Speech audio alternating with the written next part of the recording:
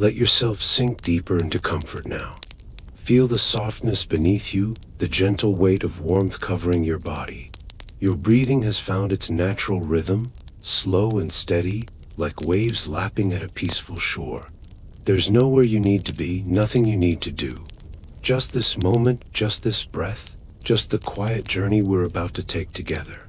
Imagine stepping through a doorway in time, not with urgency or effort, but with the gentle ease of sliding into a warm bath. We're traveling back, far back, through centuries and millennia, past cities and civilizations, past the first farms and the first wheels, past written words and recorded history, back to a time 40,000 years ago when humans lived as they had for hundreds of thousands of years before.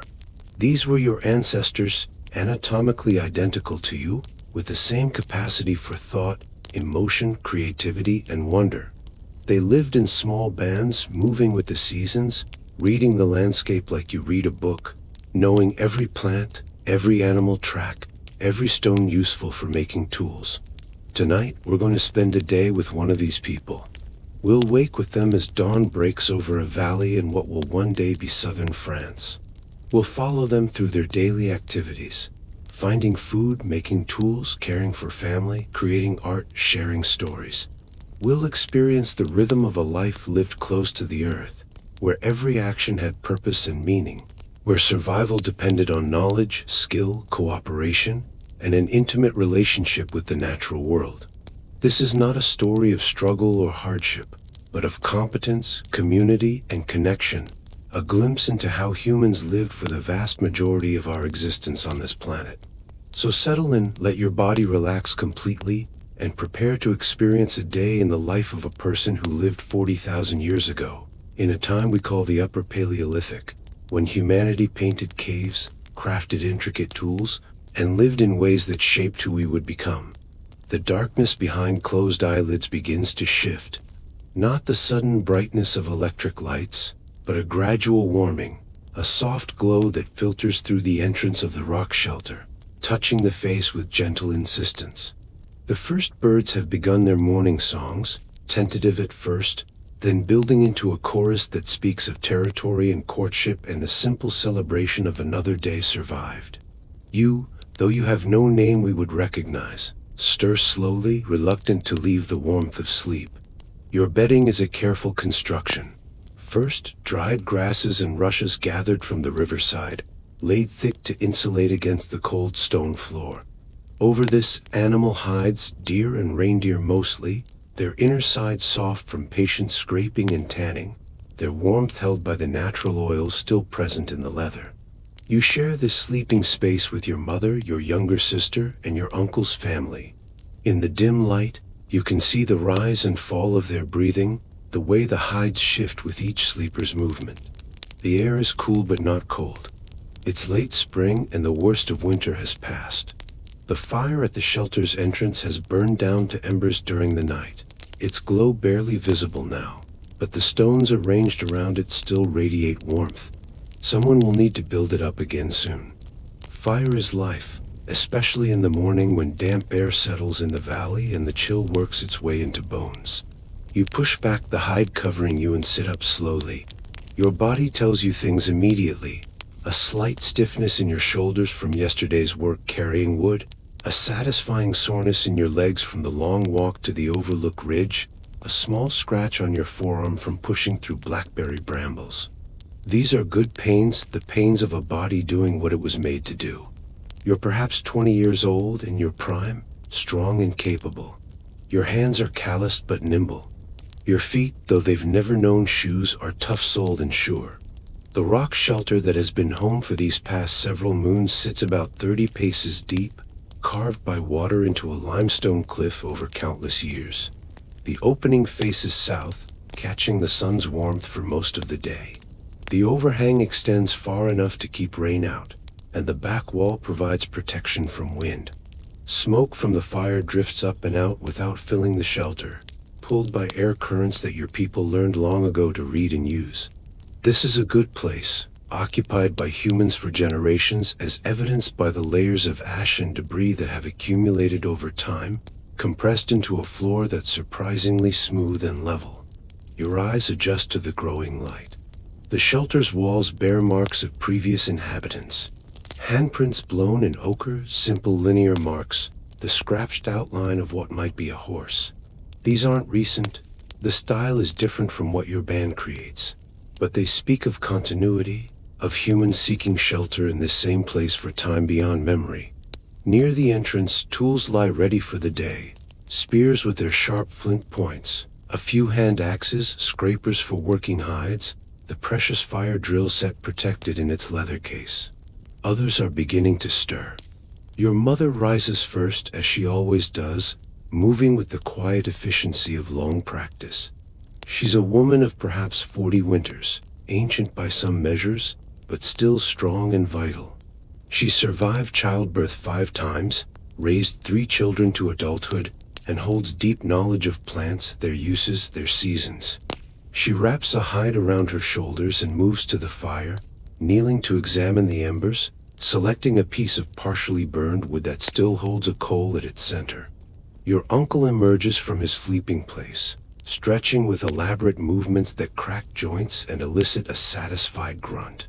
He's the brother of your father, who died 2 winters ago in a hunting accident, gored by an aurochs bull. Your uncle has taken responsibility for your family as is proper. He's a skilled hunter, known throughout the band for his ability to read animal signs and his patience in stalking. His weathered face bears scars, a long line across one cheekbone from a bear encounter in his youth, a missing piece of his left ear from a childhood accident. These marks tell stories, each one remembered and recounted around evening fires. The younger children still sleep, curled together like puppies, their bodies instinctively seeking warmth. Your sister, barely 10 winters old, has her thumb in her mouth, a habit she hasn't outgrown. She wakes soon enough, roused by activity and the promise of food.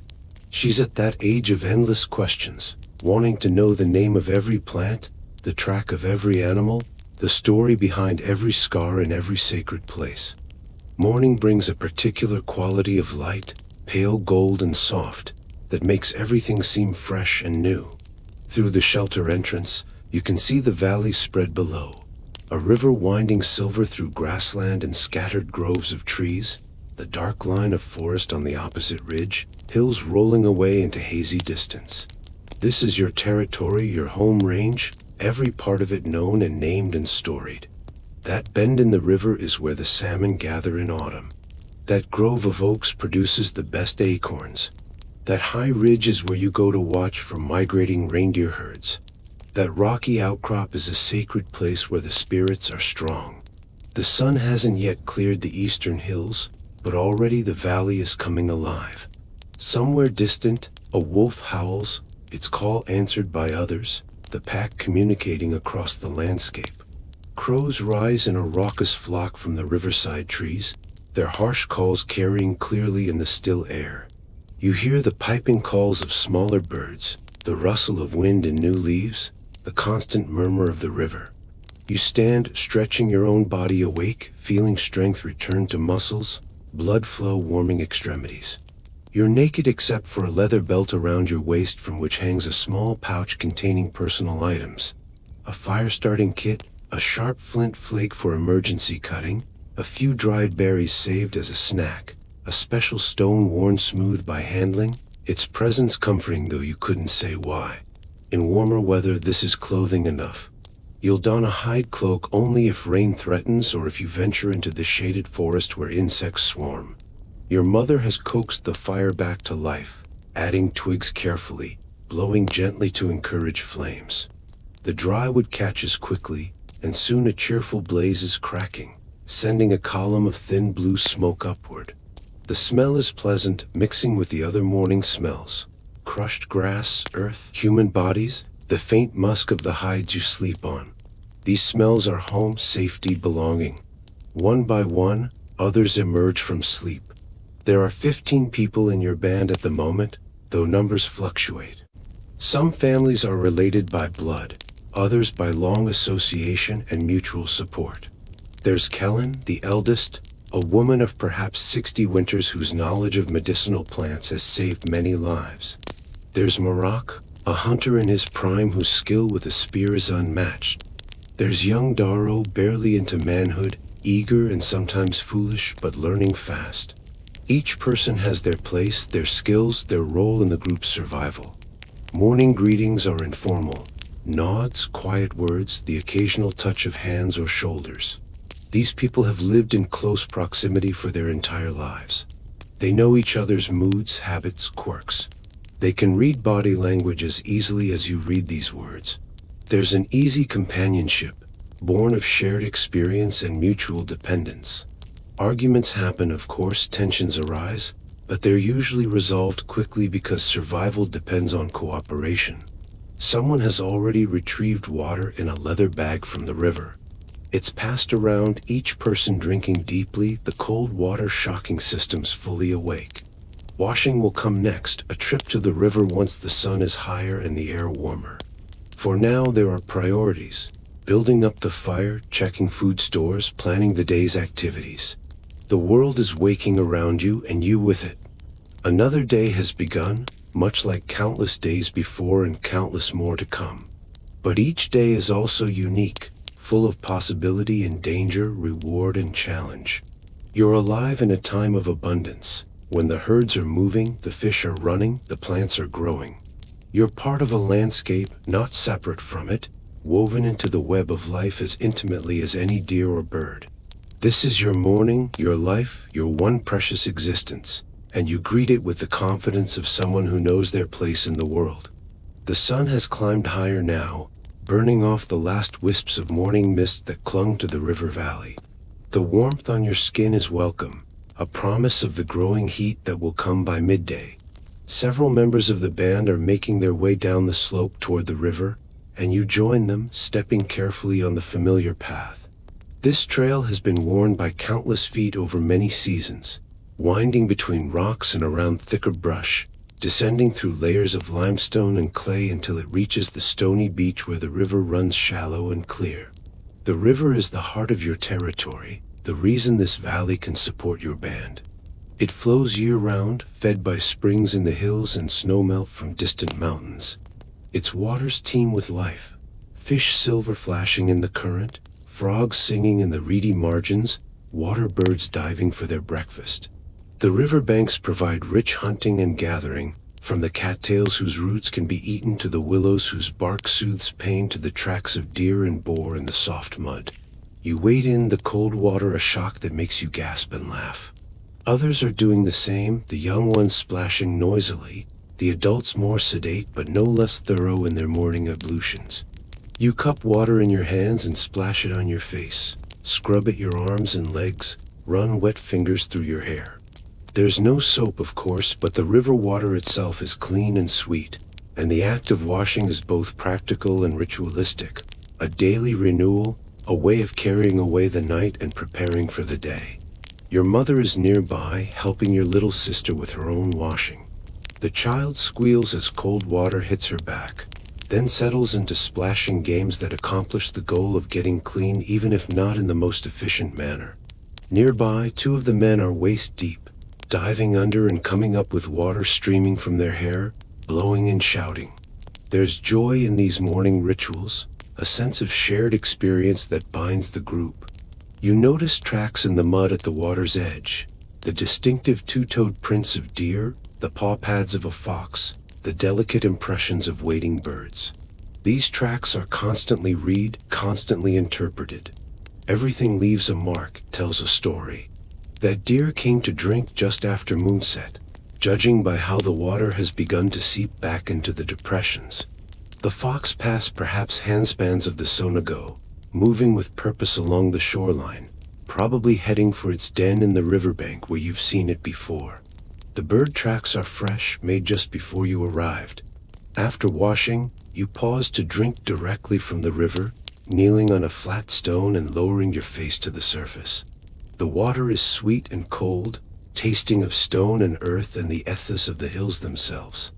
You drink deeply, knowing that much of the day may pass before you return here for more. The body's water needs are well understood by your people, the dangers of the sun and exertion without drinking taken seriously. As you turn to head back up the slope, You notice Morak examining something on a nearby shrub. You drift over, curious. He's found evidence of a beaver. Fresh cuttings on a willow branch, the distinctive marks of chiseled teeth clear in the white wood. He points upstream, and you follow his finger to see the dark hump of a beaver lodge built against the far bank, stick upon stick woven into an impressive structure. Marakarans. Beaver is good eating and the pelts are warm. He makes a mental note of the location, clearly planning to return with traps. The walk back up the slope brings you fully into morning. The sun is warm on your shoulders now, the air filled with the hum of insects and the calls of birds defending nesting territories. You pause at a particular spot where a certain plant grows, a low green herb with serrated leaves. Your mother has taught you its use. The leaves, when chewed, clean the teeth and freshen the breath. You pick a few, crushing them between your fingers to release the pungent oil, then tuck them into your mouth, chewing slowly. The taste is sharp, almost bitter, but not unpleasant, and you can feel the effect on your teeth and gums. Back at the shelter, the fire has been built up significantly. Your uncle and another hunter, Tam, have begun to prepare food for the morning meal. From leather bags hung high to keep them from scavenging animals, they retrieve supplies.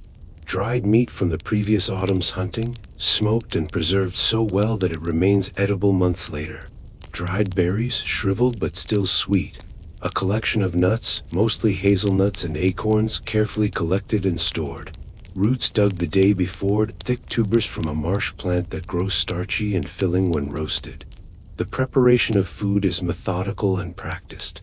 The dried meat is placed on flat stones near the fire, where the heat will warm and soften it. The roots are buried directly in the ashes to roast. The nuts are placed in a wooden bowl, ready to be cracked open with a rounded river stone.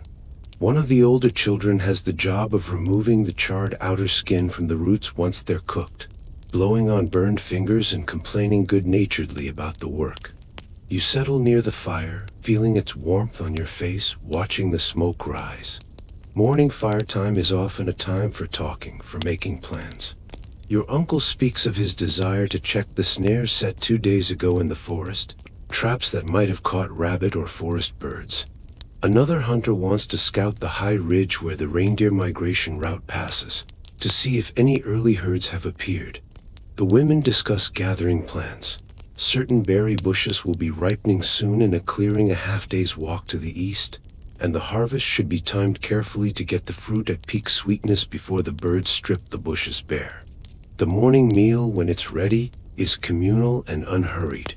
There are no plates or utensils beyond fingers and a few sharp flakes of flint for cutting. The roasted roots, their skins blackened and crackling, are split open to reveal steaming white flesh that tastes sweet and nutty. The dried meat, warmed by the fire, tears into satisfying strips that require good teeth and strong jaws to chew but reward the effort with rich, deep flavor. The berries add sweetness, a burst of concentrated fruit flavor that makes you think of summer. The nuts, once cracked, yield their meats, some whole and perfect, others broken but no less delicious. Everyone eats their fill. There's enough food, though not abundance. Spring is the hungry season, when winter stores run low and summer's bounty hasn't yet arrived, but your band has managed well. The hunting has been adequate, the stores wisely rationed, and now with warming weather, fresh food becomes more available every day. Soon there will be birds' eggs, tender young shoots, fish fattening in the warming water. As people eat, they talk. Not all at once in a chaos of voices, but in the natural rhythm of conversation.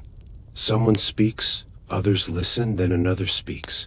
The topics range widely. Kellen, the elder, tells a story about this place, about how her grandmother once saw a great herd of horses pass through the valley, so many that their hoofbeats shook the ground and their dust blocked the sun. The story is told in the formal style reserved for important tales, with specific phrases repeated, certain gestures made at particular moments. Everyone has heard it before many times, but it's still received with attention and satisfaction. These stories are your history, your identity, your connection to the ancestors.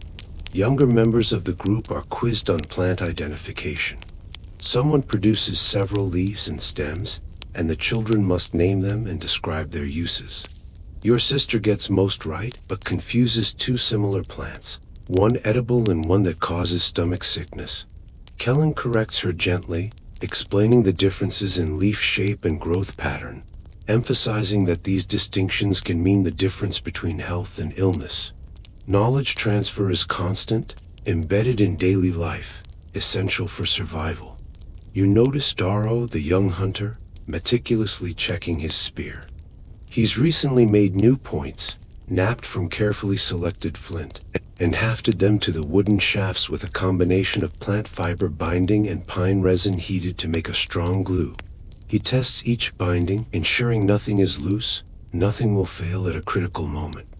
A faulty spear can mean a missed kill, a wounded and lost animal, or worse, injury to the hunter. Tools are treated with respect, maintained carefully, and improved constantly.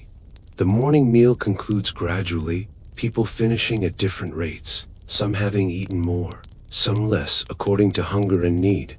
Scraps are tossed to the side, where they'll be scavenged by the ravens and crows that have learned to associate human camps with food. Nothing is truly wasted. What humans don't eat, other creatures will. The bowl of nut meats is set aside, covered with a piece of hide. The remaining dried meat goes back into its hanging bag. Economy and preservation are instinctive. As the last embers of morning fire die down to cooking coals, the band begins to organize for the day's activities. Several hunters will go out together, seeking fresh meat. Several women and older children will gather plants, check fishing traps set in the river, collect firewood. Someone must scrape and soften a deer hide from the previous week's kill, continuing the long process of turning raw skin into usable leather. Someone must repair a torn sleeping hide. There's always work, but it's varied and social, shared and cooperative. You're chosen to join the gathering party, and you're pleased. You enjoy the rhythm of walking, the search for specific plants, the satisfaction of returning with bags full of food. You retrieve your own gathering bag, woven from plant fibers and a technique passed down through generations, surprisingly strong despite its simple construction. You check that your digging stick is sound, a strong, fire-hardened wooden shaft with a blunt point, perfect for excavating roots. You hang a small leather water flask from your belt. The morning has unfolded as mornings do, without rush, without rigid schedule, but with purposeful activity. The sun is well up now, the day warming toward its peak. Time to work, time to range out into your territory, time to gather what the land provides, time to fulfill your role in the band's survival. You set off with your group, leaving the rock shelter behind, heading east toward the berry thicket and the root-rich marsh beyond, your feet sure on familiar paths, your senses alert, your mind filled with knowledge of every plant, every landmark, every possibility that the landscape offers. The gathering party consists of 6 people. Yourself, your mother, Kellen the elder, 2 other women named Sarah and Lynn, and young Palak, a boy of perhaps 12 winters learning the skills he'll need throughout life. The mix is deliberate. The older women carry vast knowledge of plants, their locations, their seasons, their preparation. The younger members learn by doing, by watching, by asking questions and receiving answers in real time, in real context.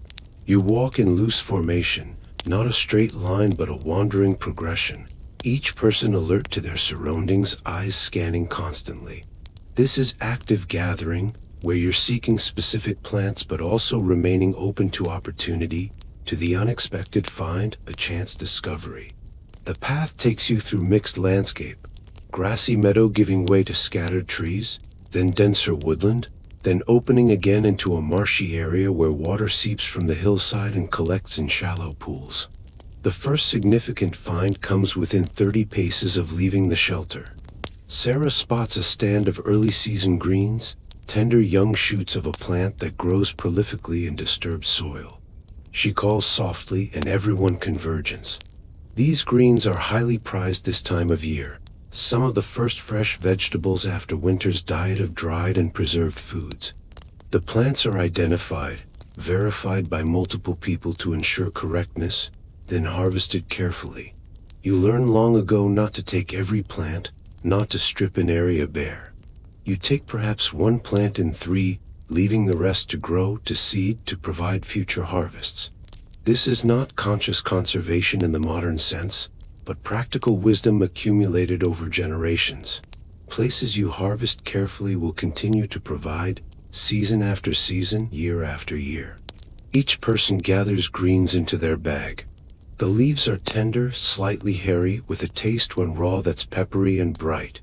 They'll be eaten both fresh and cooked, probably added to tonight's meal. Your bag already begins to show signs of the day's success. A few handwits of greens settled in the bottom. The group moves on. Kellen leads, though leads is perhaps the wrong word. She walks ahead, but everyone knows these paths, these places. Still, her authority is respected, her knowledge deferred to, and so people naturally follow where she goes. She's walking with purpose toward a specific location, and gradually the reason becomes clear. You're approaching a grove of birch trees, their distinctive white bark visible through the remaining vegetation. Birch is tremendously useful. The bark can be peeled in sheets and used for many purposes: containers, fire-starting material, even rough shelters in emergency. The sap, if tapped at the right season, makes a sweet drink. The wood burns well. The twigs can be used for weaving. And in spring, the trees produce catkins that can be eaten, and new leaves that have their uses in medicine. Kellen approaches a specific tree, runs her hand over its bark, nods with satisfaction. "This one," she says, and begins the careful process of removing bark. This is skilled work, requiring patience and the right tools. She uses a sharp flint blade to score the bark in a rectangle, then works the point under an edge and begins to peel. The bark comes away in one large sheet, white on the outside, pale orange on the inside, flexible and strong. She hands it to Palak, who rolls it carefully, storing it for transport back to camp. Another useful item added to the day's collection. Your mother is examining something at the base of a tree.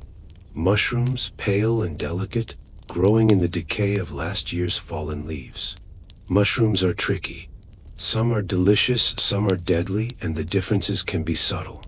But your mother knows her fungi. She studied under Kellen, learned which are safe, which to avoid, how to identify them by subtle differences in gill pattern, stem texture, smell. She picks several, holding them up for Callan's verification. The elder examines them closely, smells them, nods approval. These join the gathering bags, a valuable addition of food. Time passes in this fashion. Walk, observe, identify, harvest, move on. The rhythm is meditative, almost hypnotic. Your senses are fully engaged. You notice everything: the flash of a woodpecker moving from tree to tree, the scent of wild roses beginning to bloom, the rustle of a lizard in the leaf litter, the distant alarm call of a jay that might indicate a predator or might simply be territorial behavior. The landscape is read constantly, interpreted, understood. Near midday you reach the berry thicket. These are early season berries, small and tart, but nutritious and plentiful. The bushes are thick, tangled, armed with thorns that demand respect. But the reward is worth the minor scratches. The berries are just reaching ripeness, many still greenish, but enough darkened to purple-black to make picking worthwhile. You spread out among the bushes, each person finding their spot, and begin the careful work of selecting ripe berries, popping them from stems with practiced fingers. Picking berries is absorbing work. Your focus narrows to the immediate. This berry ripe, that one not quite, this cluster worth taking, that one better left for another day. Your fingers become stained with juice. Inevitably, as many berries go into your mouth as into your bag, but this is expected, even encouraged. The immediate energy from eating fresh fruit is valuable, and besides, these berries won't keep long anyway once picked. Better to eat them fresh. Fill your bag with what you can carry, and know that the bushes will produce more over the coming weeks. While picking, people talk. Sarah mentions seeing a fox den while gathering water that morning. Lynn speaks of a dream she had, a strange vision that might have meaning, might be a message from the spirits. Your mother explains to Palak about thorns, how to move among prickly plants without getting torn, how to position your body to reach the best fruit. The conversation is relaxed, punctuated by long silences, marked by the occasional exclamation when someone finds a particularly rich cluster. A rustling in the bushes causes everyone to freeze, alert. It's automatic, this response to unexpected movement. But the sound resolves into a bird, a ground feeder disturbed by your presence, fluttering away with indignant chirps. Everyone relaxes, shares grins. Better cautious than sorry, but no danger this time. The berry harvest continues until everyone's bags show satisfying weight and fullness. Callan judges that you've taken enough, that the bushes will continue producing, that it's time to move on. The next destination is the marsh area where those valuable root vegetables grow. The walk takes you through a stand of oak trees, and here you pause again. The trees are mature, their branches thick overhead, and scattered on the ground are acorns from the previous autumn, overlooked by the winter squirrels and jays. Acorns are valuable but require processing. They're too bitter to eat raw, containing tannins that must be leached out. But once processed, they can be ground into flour, cooked into a mush, or roasted whole. You gather what you can find, selecting the best ones, those without wormholes or rot. They're surprisingly heavy, dense with nutrition, and a good find this late in spring when most of autumn's harvest has been consumed or spoiled. The marsh requires different gathering techniques.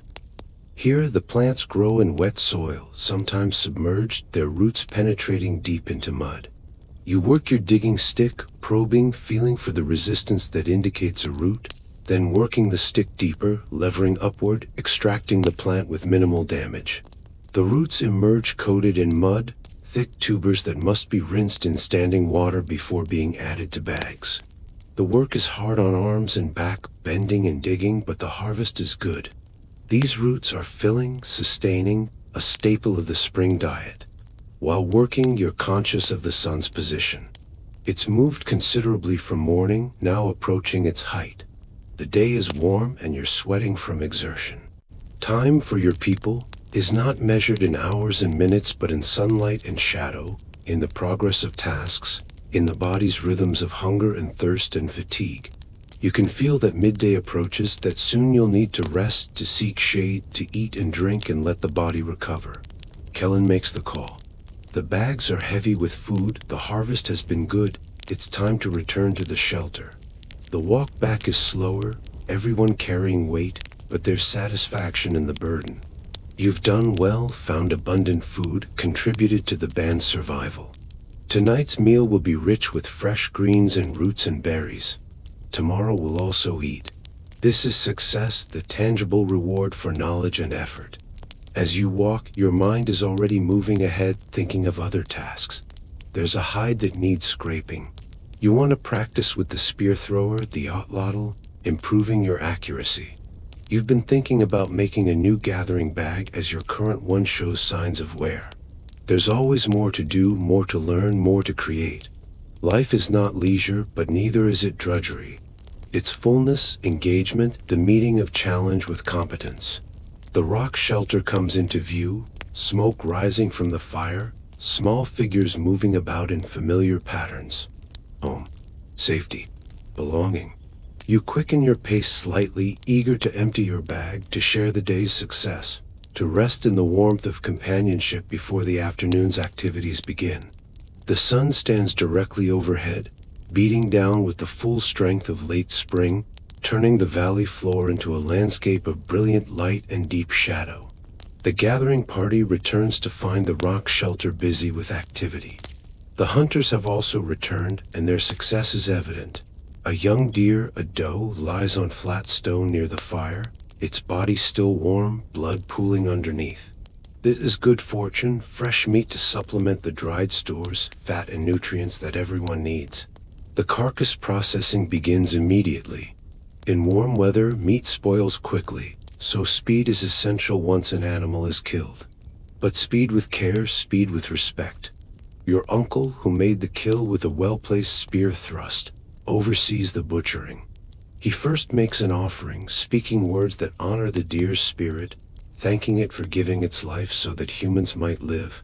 This is not superstition but relationship, an acknowledgement of the web of life that connects hunter and hunted, eater and eaten. The actual butchering is methodical and skilled. Every part of the animal has value, and waste is unthinkable. The hide will become clothing or shelter. The bones will become tools. The sinews will become thread. The hooves and horns have uses. The organs, often the most nutritious parts, are already being distributed. The liver goes to the eldest by tradition. The heart is shared among the hunters. The stomach and intestines will be cleaned and used as containers. You join the processing work, using a sharp flint scraper to begin removing the hide. This is exacting work requiring a delicate touch. You want to separate hide from meat cleanly, without puncturing the skin or leaving too much meat attached. The hide will need extensive further processing, scraping away any remaining flesh and fat, treating it to prevent rot, softening it through wet scrape methods and the application of brains, which contain natural oils perfect for tanning. But that work will take days and will happen gradually. Several people work on different aspects of the carcass simultaneously. Your mother is carefully removing the sinews from along the deer's spine, pulling them free in long strips. These will be dried and can then be split into finer threads, incredibly strong and perfect for sewing or hafting tools. Sarah is butchering meat into portions, some to be eaten today, some to be cut into strips and dried for storage. The bones are being separated out, some cracked immediately to extract the marrow, others set aside for tool making. The work generates scraps, fat bits of meat, cartilage, that are tossed into a pile. These won't go to waste. They'll be rendered down for fat or left for the scavenger birds and foxes that hang around human camps, or possibly fed to the semi-tame wolves that sometimes follow your band, not quite domestic but not quite wild either, existing in an uncertain space between human and animal worlds. The processing takes most of the midday period. While some work on the deer, others prepare food from this morning's gathering. The greens are being washed in water carried from the river, then torn into pieces for easier eating. Some will be eaten raw, their fresh crispness a welcome change. Others are being added to a cooking vessel, a large piece of bark bent into a rough bowl shape and sealed with pine pitch at its seams, where hot stones from the fire will heat water and partially cook the greens into a wilted mass. The roots from the marsh have been cleaned and are now being roasted in the fire's ashes. The berries are sorted, the best ones set aside in a shallow wooden bowl for immediate eating, others already being eaten by the children who have purple-stained mouths and happy expressions. Midday is also the warmest part of day, and heavy work is avoided when possible. After the initial processing of the deer, after the preparation of food, people seek shade and relative rest. This is a time for craft work, for tasks that require concentration and skill but not great physical exertion. You decide to work on tools. Your personal tool kit needs replenishing. You have a specific project in mind, creating new scrapers for hide working. The ones you currently use are worn, their edges dulled from countless hours of scraping, no longer as efficient as they should be. Making new ones is both practical necessity and pleasure. You enjoy the meditative quality of stone working, the way it requires complete focus, the satisfaction of creating a perfect edge through patient, skilled effort. You gather your materials. First, you need flint. There's a supply stored in the shelter, pieces collected from a quarry site several days' journey to the north, where high-quality flint outcrops from chalk deposits. Your band makes an annual trek there to collect nodules, bringing back as much as can be carried. Good flint is precious, worth traveling for, worth trading for.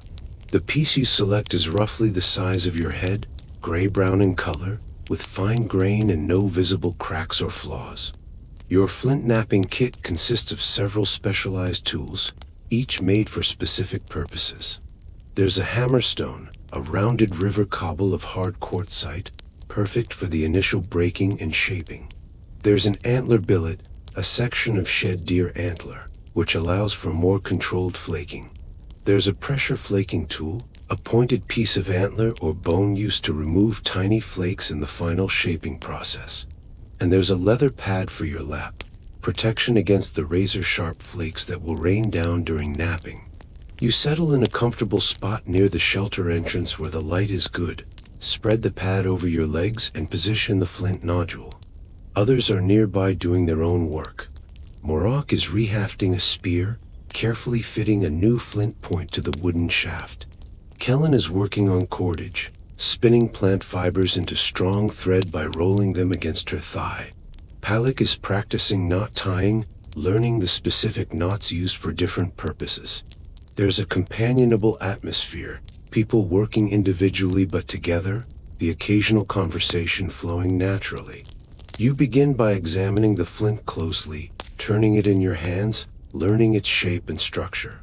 You're looking for the best place to strike, where a blow will propagate through the stone in predictable ways, where flakes will detach cleanly. Flint napping is part physics, part art. The stone fractures in specific ways, following principles of force and material properties. But successful napping also requires intuition, feel, experience that comes only from years of practice. The first blow is heavy, using the hammerstone to remove a large flake and create a striking platform. The sound is distinctive, a sharp crack that echoes off the shelter walls. The flake falls away, exposing fresh gray flint underneath, slightly glossy, very hard.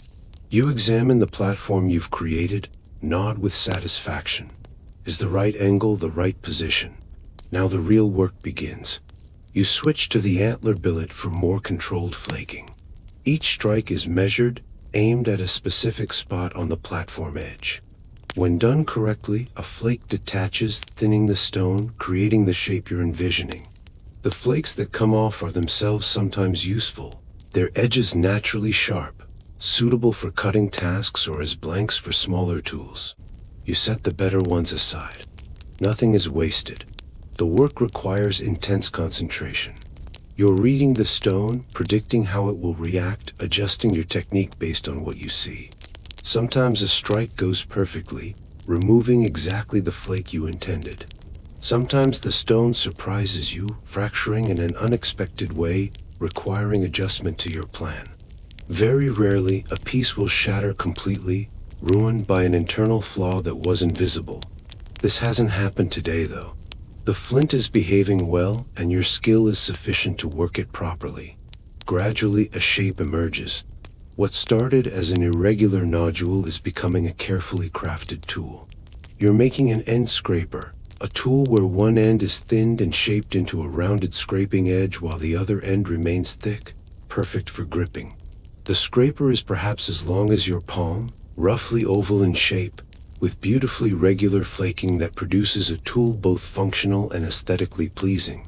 The final stage is pressure flaking, using the pointed antler tool to press away tiny flakes, refining the edge, making it as sharp and even as possible. This requires a different technique, pressing rather than striking, using body weight and leverage rather than percussion. Each tiny flake removed is deliberate, improving the tool's function. The edge becomes beautifully regular, each little scallop of the flaking visible, each contributing to overall sharpness. You test the finished scraper against a scrap of leather, drawing it across the hide with firm pressure. It bites perfectly, removing thin shavings of material, exactly as it should. You've created a tool that will serve you well for many days of hide working, perhaps weeks, until its edge dulls and it needs to be resharpened or replaced. You feel satisfaction in this creation, in the transformation of raw stone into useful implement through knowledge and skill. The process has taken perhaps an hour, judged by the sun's movement and the shadows shortening, then lengthening. Others have completed their own tasks. Morak's spear is now properly hafted, the binding tight, the point secure. Kellen has produced an impressive length of corded, strong and even. Palak has mastered the knot he was working on and is now pestering Daro to teach him something more complex. Food is being distributed again. The fresh deer meat, some of it roasted over the fire until the outside is charred and crispy while the inside remains pink and juicy, is shared around. Everyone gets a portion, though sizes vary based on need and custom. The hunters who made the kill receive generous shares, as do pregnant women or nursing mothers and the elders. Children receive appropriate portions and everyone else fills in between. There's enough for all with some left over for later. The fresh greens and roasted roots accompany the meat, creating a meal that's varied and satisfying.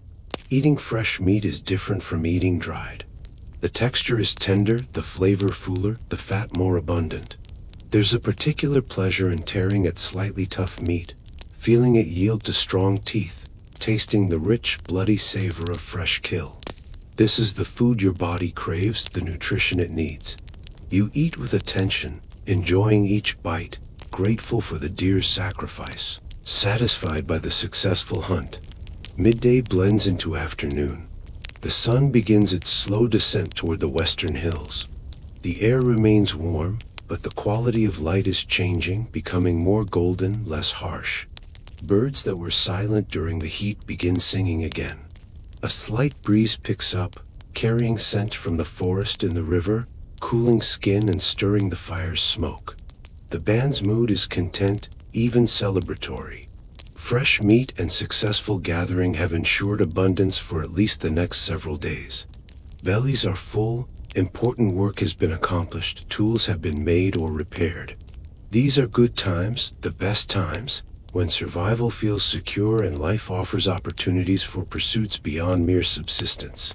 You look around at your bandmates, seeing them relaxed and satisfied. These are the people you've known your entire life, who you'll likely know until death. Their family, allies, companions, the social world that defines much of your existence. Their well-being is your well-being. Their success is your success. You're bound together not just by choice but by necessity, by the reality that survival in this time and place requires cooperation, sharing, mutual support. Afternoon activities will be different from mornings focused hunting and gathering. Now there's time for more varied pursuits, for teaching and learning, for play and socialization, for the activities that make humans fully human. Art, music, storytelling, spiritual practice.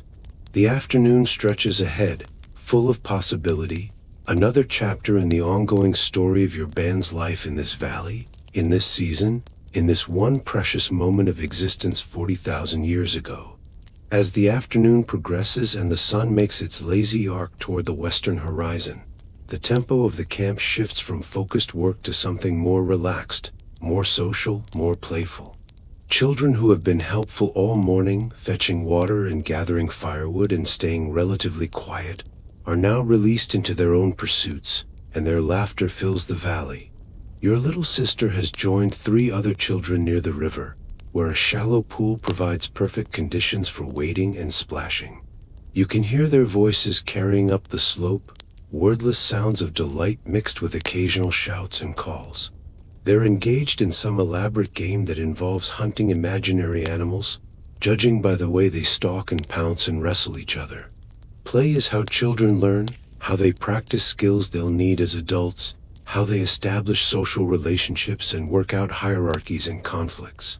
Palak, older than the little ones but not quite an adult, is practicing spear throwing under Marok's guidance. They've set up a target, a bundle of grass stuffed into a hide and tied to a stake, and are taking turns throwing from increasing distances. Marok demonstrates technique. The stance, the grip, the weight transfer from back foot to front as the spear releases. Palak watches intently, tries to mimic the movements, throws, misses the target by a considerable distance. Marok offers correction, adjusts Palak's grip, shows him again. The boy tries once more, and this time the spear strikes closer to the mark. Progress. Watching this teaching, you're reminded of your own learning, the countless hours spent practicing skills under patient instruction from elders. No one in your band learns from formal schooling or written instruction. All knowledge passes person to person, demonstrated and practiced, refined through repetition and correction. The system works because everyone understands its importance. Knowledge is survival.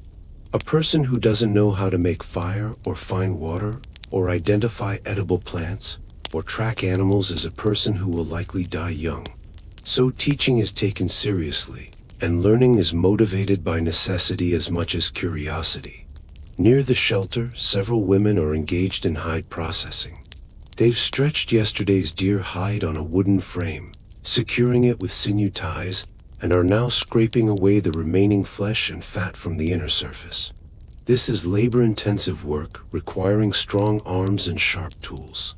The fresh scrapers you made during midday are being put to immediate use, and they perform beautifully, easily removing material without puncturing the hide. You join the work, taking a position at one section of the stretched hide. The scraping motion is rhythmic. Pull the scraper across the hide, applying pressure, watching thin shavings of tissue curl away from the blade. The hide gradually becomes cleaner, more uniform in thickness, closer to the finished product that can be made into clothing or containers or shelter material. The work allows for conversation, and the women talk as they scrape. Sarah mentions her upcoming initiation into certain women's knowledge, teachings about herbs and healing that are passed only to mature women who have proven themselves responsible. There's excitement in her voice, but also reverence.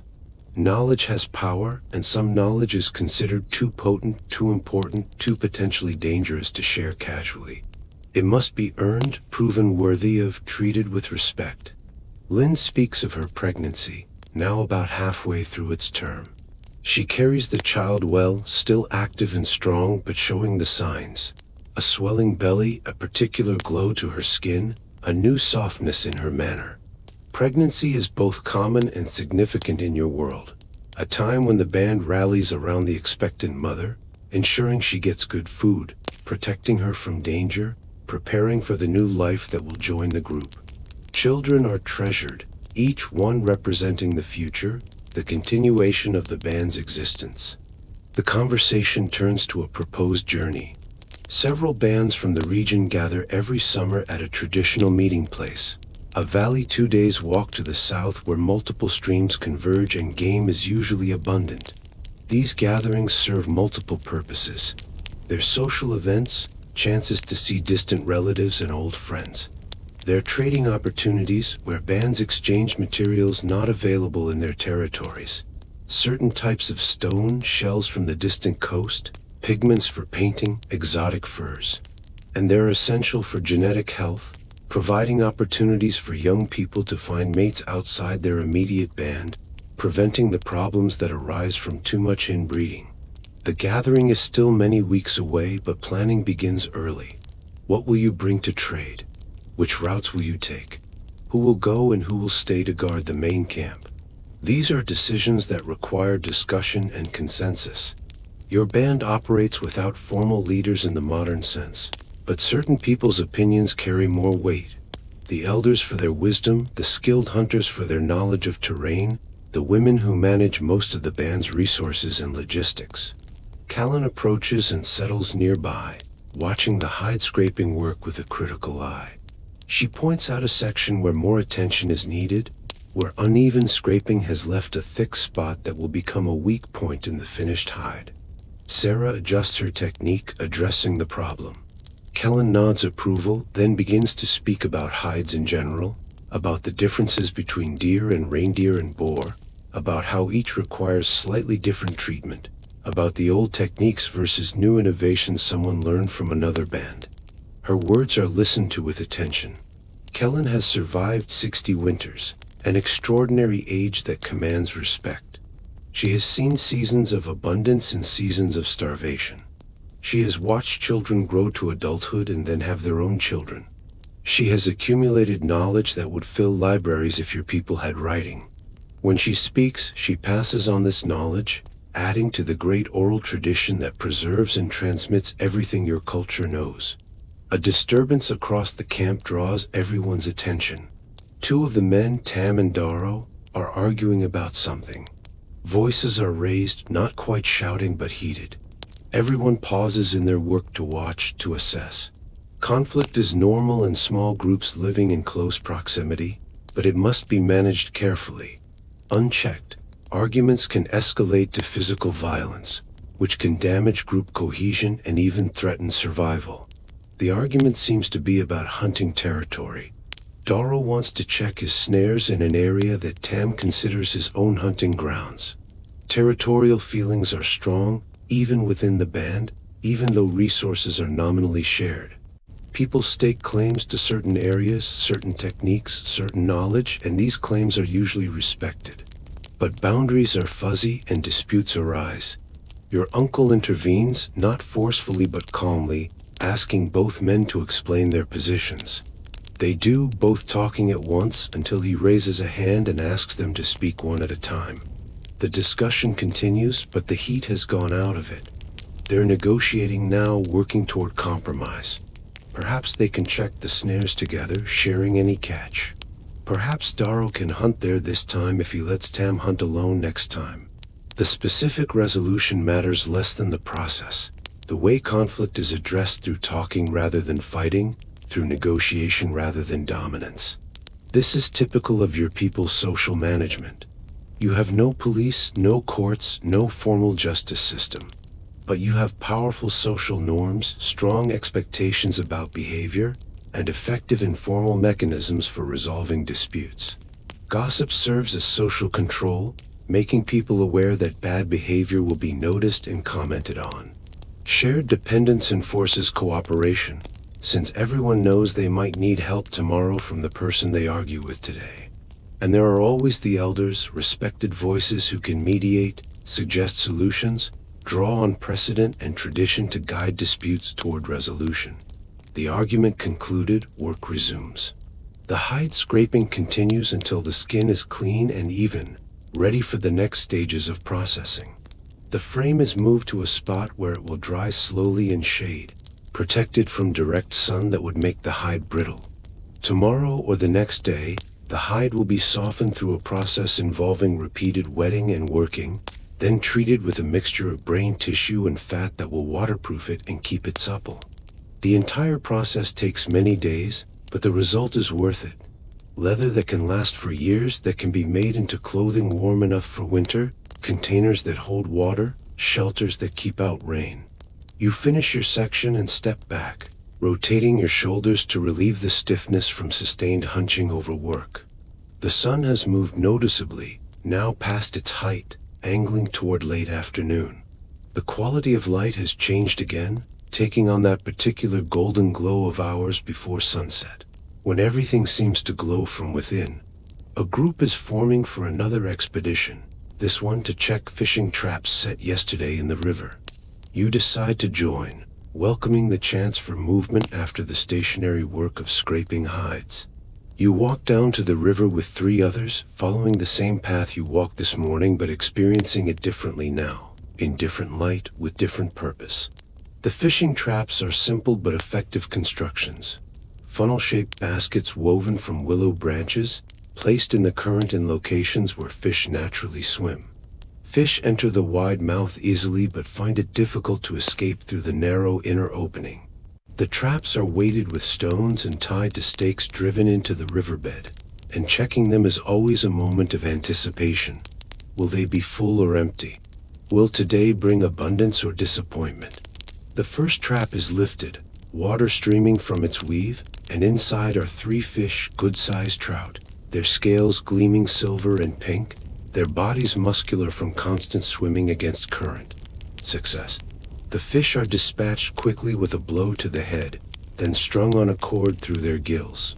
The other traps yield similar results. Some fish in each, not a huge catch but respectable.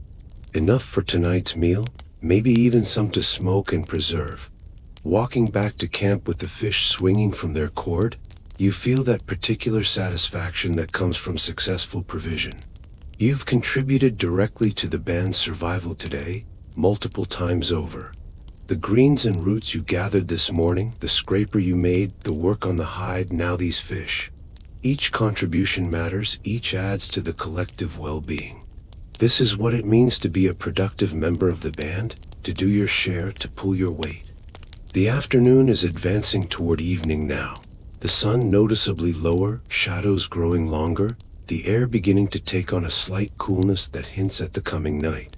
Soon it will be time for evening activities, for food preparation and communal eating, for storytelling and song.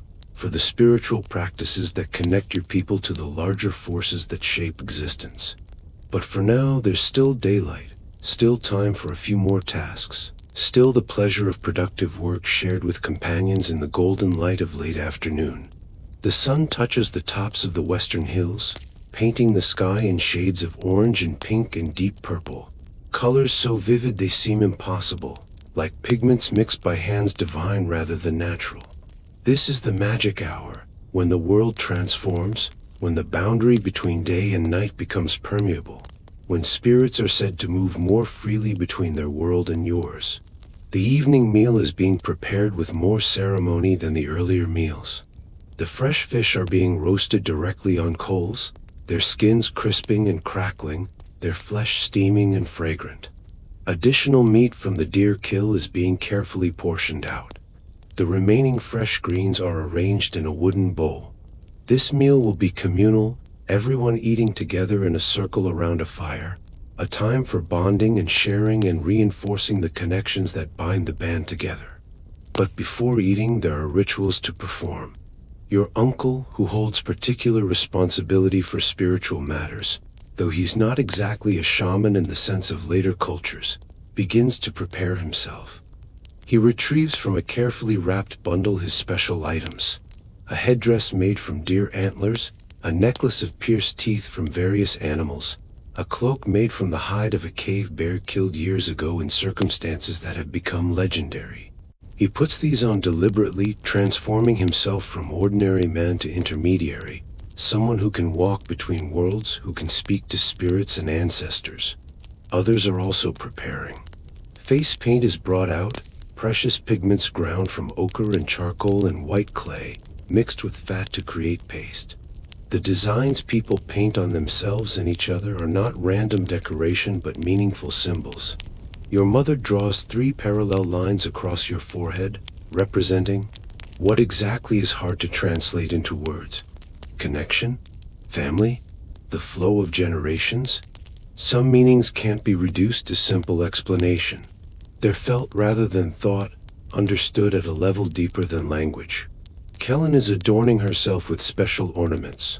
Necklaces of shell beads traded from coastal peoples' many days' journey to the south, bracelets of carved bone, a headdress featuring feathers from rare birds. She looks magnificent, transformed from everyday elder to something more, someone who embodies the accumulated wisdom of generations, someone who can speak with authority not just as herself but as representative of all who came before. As the sun sinks lower and the sky darkens from blue to purple to the first stars appearing, the band gathers in a circle around the fire, which has been built up into a substantial blaze.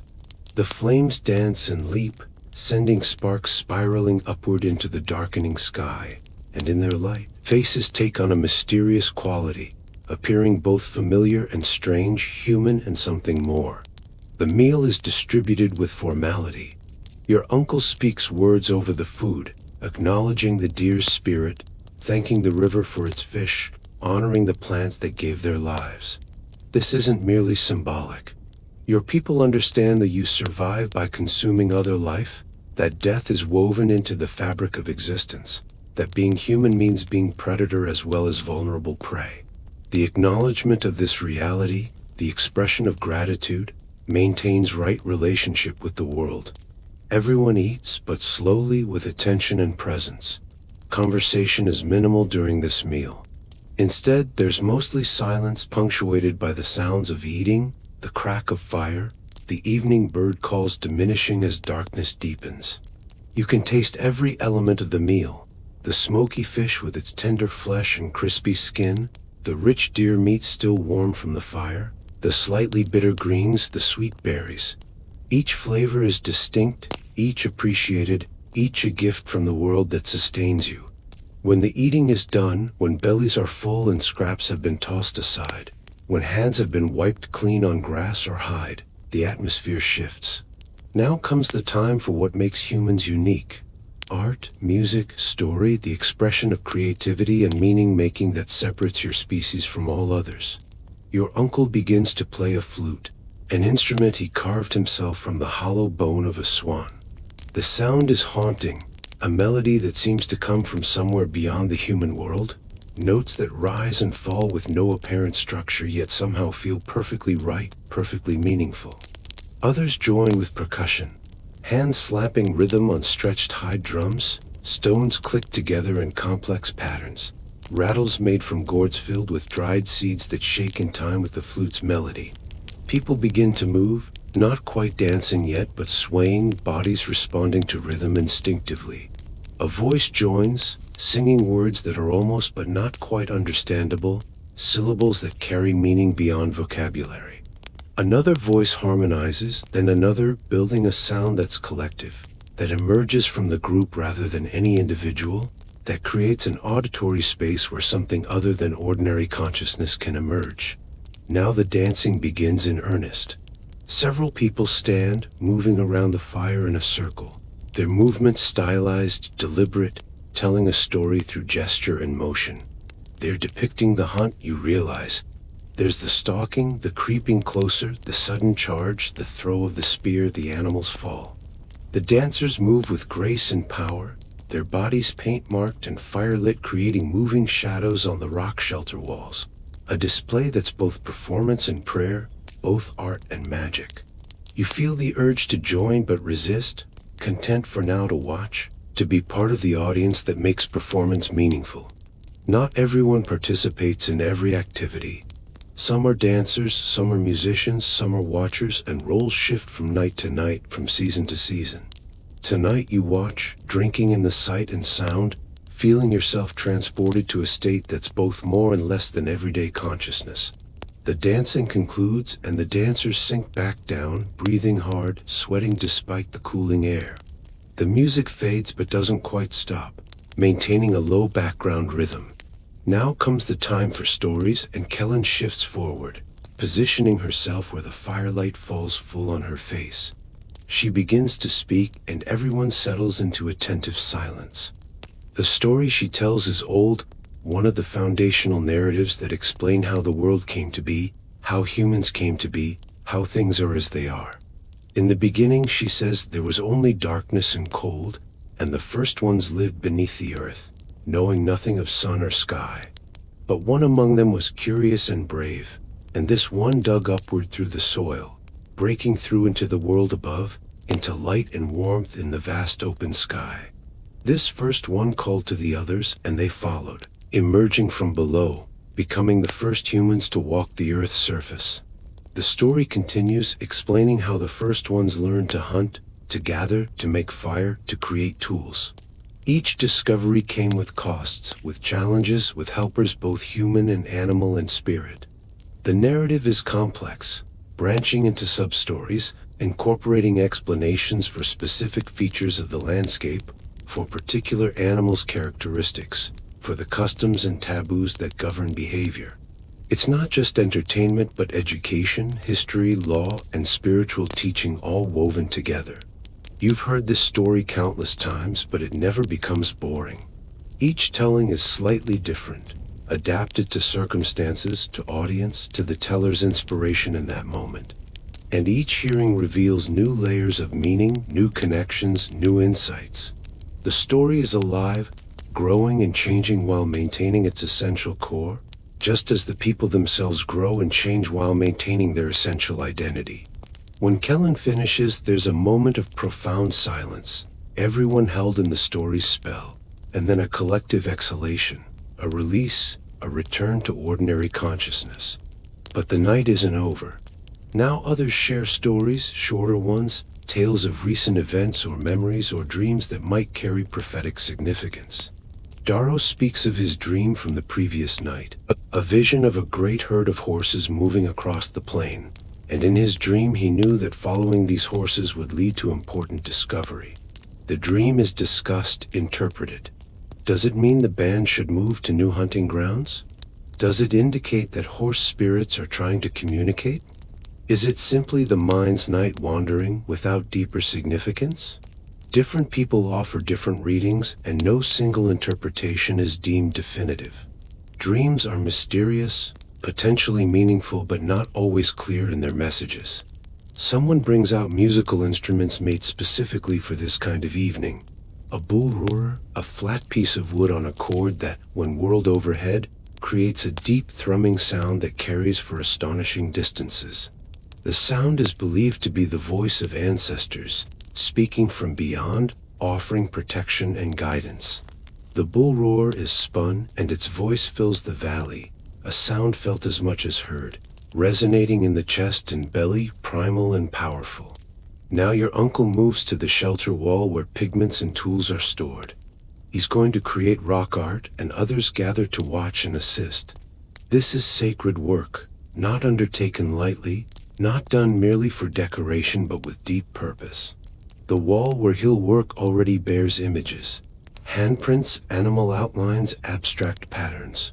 He'll add to this gallery, contributing his own vision to the accumulated art of generations. The pigments are prepared carefully. Ochre, a red-brown earth rich in iron oxide, is ground on a flat stone with a rounded pestle. Water is added gradually until the mixture reaches the right consistency, not too thick, not too thin. Charcoal from the fire, selected pieces that leave the darkest marks, are crushed to powder.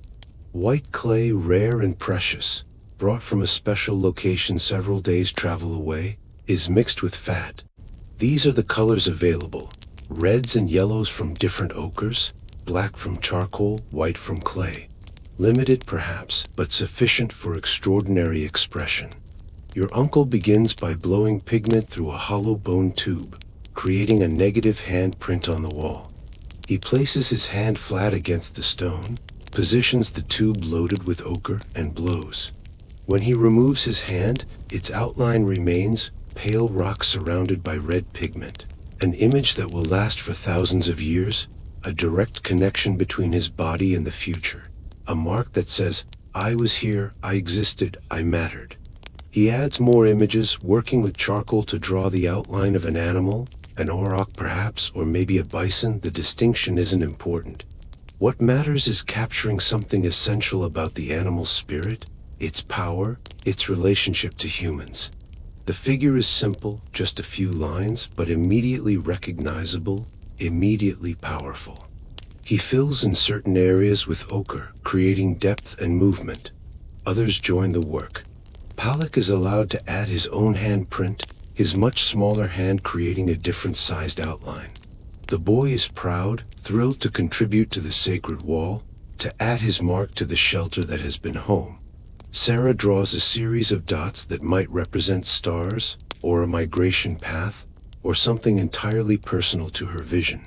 The rock art isn't created by lone geniuses but emerges from community participation, each person adding their voice to a collective expression. The art making continues for some time, periods of intense work alternating with pauses for discussion or music or simply sitting in contemplative silence. The fire burns lower, reduced to glowing coals that provide warmth without overwhelming light. The stars are fully visible now, the Milky Way a river of light across the sky, and people point out constellations, tell stories about the patterns, use them for practical purposes like navigation and calendar keeping. You feel a deep contentment, a sense of being exactly where you should be, doing exactly what you should be doing. This is what it means to be human, you think. Not just survival, not just eating and sleeping and reproducing, but this art and music and story, connection to something larger than individual existence, participation in traditions that stretch back into deep time and will continue forward into an unknowable future. The evening is growing late now. Small children have already fallen asleep, curled in their mothers' laps or nestled in sleeping hides. Older people are yawning, ready for bed. But no one moves to end the gathering quite yet. This time around the fire is precious, these moments of communion worth extending as long as possible.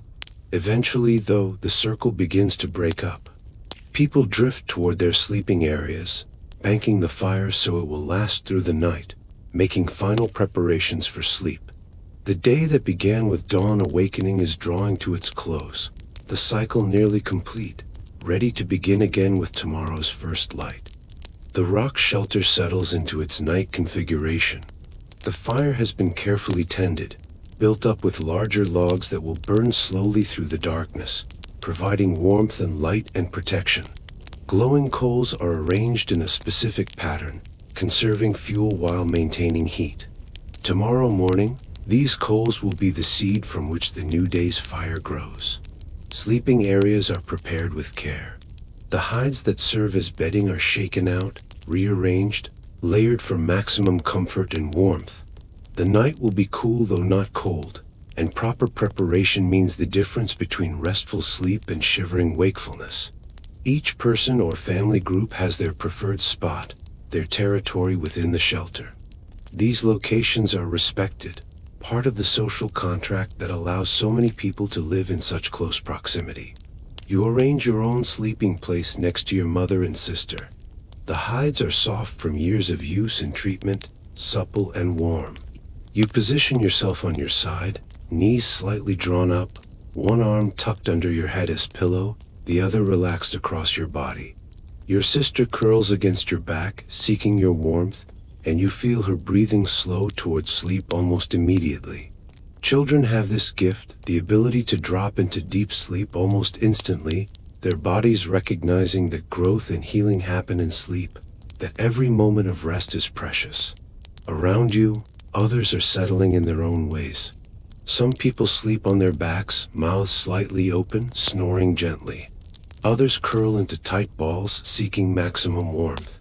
Couples sleep close together, bodies touching, sharing heat. The very young and very old sleep near the fire, where warmth is greatest and getting up during the night is easiest for those with greater needs. The shelter is not entirely dark. The fire provides flickering illumination, sending dancing shadows across walls and ceiling. These shadows seem alive, suggesting shapes and movements that exist at the edge of vision, that disappear when looked at directly. In this uncertain light, the boundary between waking and sleeping becomes permeable. Your eyes are closed, but you remain aware of your surroundings. The fire's warmth on your face, the hide softness beneath you, the familiar sounds of your band settling towards sleep. Those sounds are their own symphony. There's breathing, of course, 15 people exhaling and inhaling in overlapping rhythms that create a complex pattern. There's shifting, the rustle of hides as people adjust positions. There's the occasional cough or grunt or murmur of sleepy conversation. There's the fire itself, crackling quietly, a log settling deeper into coals with a soft whoosh. And beyond the shelter, there are night sounds. An owl calling from the forest, a distant wolf howl, the constant murmur of the river, the whisper of wind through new leaves. You lie listening, feeling your body relax progressively, muscles releasing tension, breath deepening, heartbeat slowing. This transition from waking to sleep is gentle, not instantaneous but gradual, a sliding from one state to another. Your thoughts begin to drift, losing their logical connections, becoming more imagistic, more symbolic. This is the border country, the threshold between consciousness and dream. Sleep was different 40,000 years ago in some ways, though the basic biology remained the same. Without artificial light, people slept according to natural cycles, going to bed shortly after dark and waking with dawn. But sleep wasn't necessarily continuous. Research into traditional societies suggests that segmented sleep was common. People would sleep for several hours, then wake for a period in the middle of the night, then sleep again until morning. During that middle night waking, they might tend the fire, check on children, make love, talk quietly, or simply lie in contemplative solitude. Tonight, you slip into what researchers will one day call stage 1 sleep, that light drowsing where you're not quite awake but not quite fully asleep either. External sounds still register, but they're becoming distant, less important. Your body occasionally twitches as muscles relax suddenly, those little jerks that modern people sometimes mistake for falling, but which are actually just the nervous system transitioning from waking control to sleep paralysis. You drift deeper into stage 2 sleep, where brain activity slows but doesn't stop, where you're truly asleep but could still be woken relatively easily by a loud sound or touch. In this state, your body temperature drops slightly, your heart rate slows, your breathing becomes regular and deep. You're no longer processing external stimuli consciously, though your brain remains alert to danger. ready to wake you if necessary. This is an ancient survival mechanism, the compromise between the need for rest and the need for vigilance in a world filled with predators and other threats. Time passes, measured now not in conscious awareness but in the cycle of sleep stages. You descend into deep sleep, stage 3, where brain waves slow dramatically, where the body does its deepest healing and restoration. This is the sleep that matters most for physical recovery, for immune function, for the countless processes of repair and rebuilding that happen best when consciousness releases its hold. Children spend more time in this stage, their growing bodies demanding extensive restoration. You spend perhaps 90 minutes here before cycling back through lighter stages. Then comes the first REM period, rapid eye movement sleep, where dreaming happens. Behind closed lids, your eyes dart back and forth, tracking dream images. Your brain becomes almost as active as during waking, but your body is paralyzed, muscles locked to prevent you from acting out the dreams. This paralysis sometimes lifts just before waking, creating those moments of half-awareness where dream and reality blur. Your dream tonight is vivid, immersive. You're hunting, tracking a reindeer across an endless plain. The animal always remains just out of reach, leading you farther and farther from camp. You become aware that you're also being hunted, that something follows you, something you can't quite see but can feel. The dream has the quality of both terror and exhilaration, emotions heightened beyond normal waking experience. This is the realm where shamans journey, where spirits speak, where prophecy and vision occur, or so your people believe. The dream shifts, becomes something else. Now you're flying, soaring above the valley, seeing it from a perspective you've never experienced in waking life. You can see the whole territory spread below like the cave paintings you've seen, a map of your world rendered in symbols and simplifications. The river is a silver thread, the forest a dark smudge, the rock shelter a tiny marking. You feel free, untethered from your body, connected to something vast and incomprehensible. Then the dream fades, you drift back through lighter sleep stages and surface briefly toward waking. This happens several times during the night, these brief emergences into semi-consciousness. Each time you're aware of your surroundings, the shelter's darkness broken by fire glow, the sound of someone shifting position, the distant call of a night bird. You assess automatically. Is everyone accounted for? Are there any sounds of danger? Is the fire burning properly? Satisfied that all is well, you sink back into sleep, the cycle continuing. During one of these periods of partial waking, you notice that your uncle is awake, sitting near the fire, feeding it a few pieces of wood. This is normal, expected. Someone often wakes in the middle of the night to tend the fire, to ensure it doesn't go out, leaving the camp cold and dark, invulnerable. He sees that you're awake and nods but doesn't speak. There's no need. He pokes at the fire, arranging logs for optimal burn, then returns to his sleeping place. The entire interaction takes perhaps 5 minutes, a brief interval of waking in the middle of sleep that doesn't feel like an interruption but rather a natural part of the night's rhythm. As the night progresses, you move through several more complete sleep cycles, each consisting of lighter sleep, deep sleep, and REM dreaming. The dreams vary, some mundane, featuring familiar people and activities, others strange and symbolic, full of transformed animals and impossible events. Your people put great stock in dreams, seeing them as messages from the spirit world, as prophecies, as connections to ancestors. Dreams are discussed in the morning, interpreted collectively, sometimes influencing decisions about hunting routes or camp locations or interpersonal relationships. Toward dawn, your sleep becomes lighter, more fragmented. You're ascending from the depths of night toward the surface of waking, though still hours away from actually rising. This is natural, the body preparing for transition, consciousness beginning to reassert itself even while sleep continues.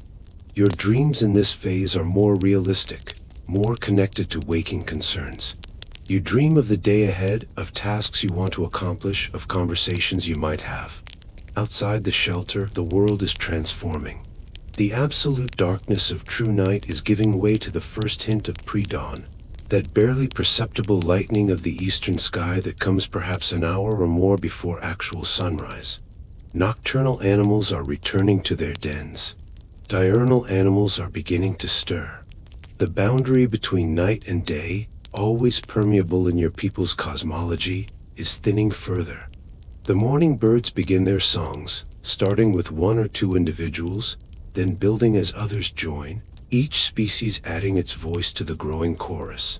These sounds penetrate your sleep, registering at some level of awareness, contributing to the gradual process of waking. Your brain, monitoring even in sleep, recognizes these as morning sounds, safe sounds, signals that dawn approaches and day is near. Your little sister stirs against your back, whimpering slightly in her sleep.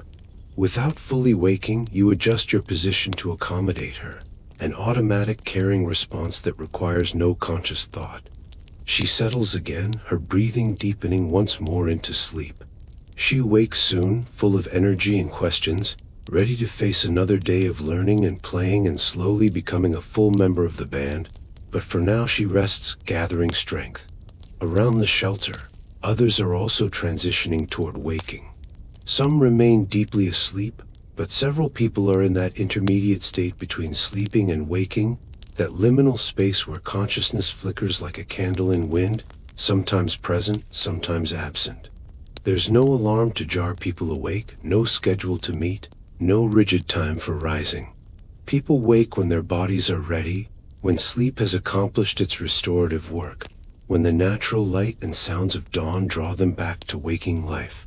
You float in this pleasant in-between state, not quite awake, not quite asleep, aware of both the dream realm and physical reality. In this state, solutions to problems sometimes appear, creative insights emerge, the boundary-dissolving quality of the liminal space allowing connections that rigid waking consciousness might miss. Your people have names for this state. See it as spiritually significant, a time when the membrane between worlds is thinnest, when communication with spirits is easiest. Gradually, though, the balance tips toward waking. Your awareness of the physical world strengthens. You become conscious of your body, the slight stiffness from sleeping in one position, the warmth where your sister leans against you, the need to urinate that has been building for some time. Your mind begins engaging with practical concerns. What will you do today? What needs to be accomplished? What interesting possibilities might unfold? Your eyes open, though you don't immediately move. Through the shelter entrance, you can see that the sky has lightened considerably, transformed from black to deep blue to the gray blue of pre-dawn. Stars that were brilliant earlier have faded, outshone by approaching sunlight. The fire has burned very low, almost out, just a few coals remaining among ash. Someone will need to rebuild it soon, the first task of the new day.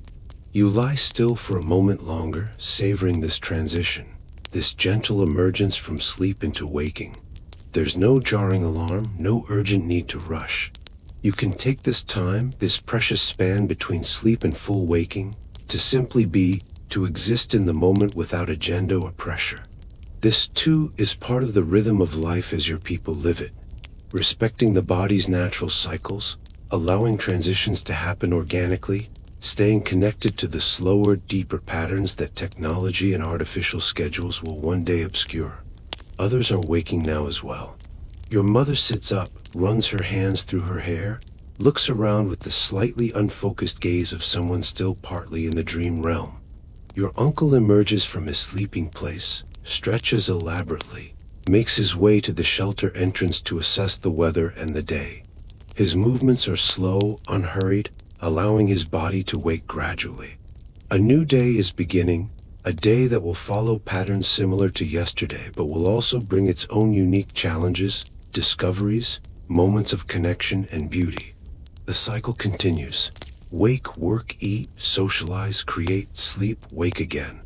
This has been the rhythm of human existence for countless generations, will continue for countless more.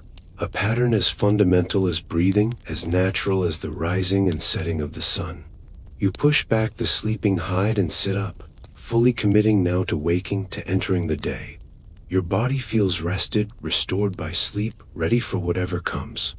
Your mind is clear, alert, prepared to engage with the world.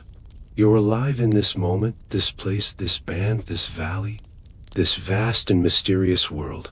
Another day stretches ahead, full of possibility, full of life. Another chapter in the ongoing story of human existence 40,000 years ago.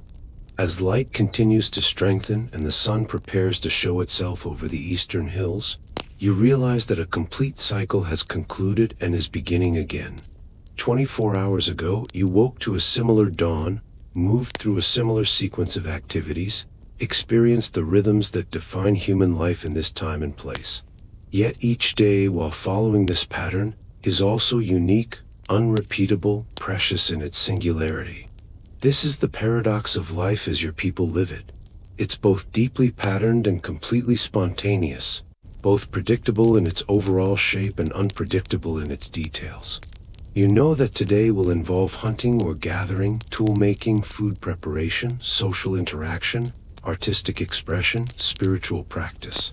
But you don't know what specific animals you'll see, what plants you'll find, what conversations will unfold, what insights will emerge, what dreams will come tonight. The day you've just experienced, if we can call it that from our position 40,000 years in your future, represents the essential human experience as it existed for the vast majority of our species' history. For at least 300,000 years, humans have lived in small bands, moving with seasons, surviving through knowledge of their environment, cooperation with each other, and the creative intelligence that distinguishes our species. This life you live is not primitive in any meaningful sense. You're not less intelligent than people in the future, not less capable of abstract thought or complex emotion. Your brain is identical to that of a modern human. Given appropriate education and opportunity, you could master calculus, compose symphonies, design computers. But your intelligence is deployed differently, focused on skills and knowledge that ensure survival in an immediate, unforgiving world. You can read a landscape like a modern person reads a newspaper, extracting information from subtle signs invisible to untrained eyes. You can identify hundreds of plant species, know their uses, understand their seasons. You can track animals across varied terrain, predict their movements, understand their behavior. You can make tools from raw materials, using techniques that require years to master. You can navigate by stars and landmarks, maintain sophisticated mental maps of vast territories. You create art that will endure for millennia, tell stories that encode practical knowledge and spiritual wisdom, participate in social structures that balance individual autonomy with collective well-being. Your life is not nasty, brutish, and short, as later philosophers will characterize prehistoric existence. Yes, there are dangers. Wild animals, injuries, diseases, conflicts. Yes, infant mortality is high, and few people live to old age by modern standards. But those who survive infancy often live healthy, vigorous lives into their 50s and 60s. You're not constantly starving or living in terror. Your diet is varied and nutritious, probably more so than many agricultural peoples who will come later. You have leisure time for art and music and socializing. You live within communities that provide emotional support and practical assistance. You exist in intimate relationship with the natural world, experiencing its beauty and wonder daily. Most importantly, your life has meaning. You know who you are, a member of your band, a carrier of traditions, a participant in the great cycle of existence. You know where you fit. In this valley, in this landscape, in this web of relationships, both human and more than human. You know your purpose. To survive, yes, but also to maintain the knowledge, to create beauty, to honor the spirits, to raise children who will carry the traditions forward. You're embedded in a cosmology that makes sense of birth and death, explains the stars and seasons, connects you to ancestors and to the living world. The rock shelter, the valley, the territory your band inhabits will one day bear the name France. The techniques you use for making tools will be classified as Aurignacian culture by archaeologists studying blades and bone points in museum collections. The art you create will be discovered by modern humans who will marvel at its sophistication and beauty. The stories you tell will mostly be lost. Though fragments may survive in myths and folk tales passed down through countless generations, transformed and adapted but carrying still some essence of their original meanings. But you don't know any of this. You don't think of yourself as prehistoric or ancient. You're simply alive, experiencing the present moment, participating in the only life you know or can imagine. You don't wonder what future archaeologists will make of your tools or what meaning future people will assign to your cave paintings. You're too busy living, too engaged with the immediate challenges and joys of existence, to project forward into an inconceivable future. As the sun finally breaks over the horizon, sending shafts of golden light into the valley, illuminating the river and the grasslands and the rock shelter itself, you stand at the entrance and simply observe. This is a moment of pure presence, of being fully here, fully now, fully alive. The light touches your face, warm and bright, promising a good day. The valley spreads before you, familiar yet always capable of surprise. Your people stir behind you, waking to their own experiences of this new day. This is your life. This is human life, as it has been lived for longer than memory can reach, as it will be lived for tens of thousands of years more before agriculture and cities and writing transform everything. It's a life of competence and connection, of immediate engagement with physical reality, of spiritual depth and creative expression, of cooperation and caring, of intimate relationship with place. It's a life we've lost, we modern humans, though something in us still remembers, still yearns for this directness, this authenticity, this embeddedness in nature and community. We carry it in our bodies, in our nervous systems shaped by hundreds of thousands of years of this existence. Our sleep-wake cycles, our stress responses, our social needs, our capacity for wonder, all bear the marks of this deep past, this time when humanity lived as you live, in small bands close to the earth, attuned to nature's rhythms. As you watch the sun rise on this new day 40,000 years ago, you're experiencing what every human since the beginning has experienced. The miracle of consciousness, the gift of another day, the opportunity to participate in the great adventure of being alive. The details have changed across the millennia, but something essential remains constant, connecting you to every human who has lived or will live. The capacity for thought and feeling, for love and creativity, for meaning-making and transcendence, for wonder at the beauty and mystery of existence. The day awaits. The valley calls. Your people need you and you need them. Life continues its eternal dance of birth and growth, creation and destruction, sleeping and waking. And you, one small human in an incomprehensibly vast universe, nonetheless matter. Your life matters. Your experience matters. Your consciousness, flickering briefly in the darkness, illuminates not just your own existence but connects to something larger, something timeless, the human story itself. So go forth into this new day. Hunt and gather. Make tools and create art. Tell stories and sing songs. Care for your family and your band. Honor the spirits and the ancestors. Live fully, completely, authentically. For this is what humans do, what we've always done, what makes us who we are. And when night falls again, when work is done and bellies are full, when firelight flickers on cave walls and stories weave their spell, you'll return to sleep, to dreams, to that mysterious realm where consciousness dissolves and reforms, where the day's experiences are processed and integrated, where the cycle completes itself and prepares to begin anew. This is life. This is being human. This is the gift of existence, experienced here and now 40,000 years ago, in a valley that time will forget but that remains forever present in the grand tapestry of human history, in the genetic memory carried forward through countless generations, in the cave paintings that will survive millennia, in the eternal human story of survival and creativity and connection and wonder. If you've enjoyed this journey through a day in Paleolithic life, please subscribe to our channel for more immersive historical explorations. Give this video a like if you'd like to see more detailed reconstructions of ancient daily life. And let me know in the comments what other time periods or historical scenarios you'd like to experience. Sleep well tonight, knowing that you carry within you the legacy of these ancient ancestors.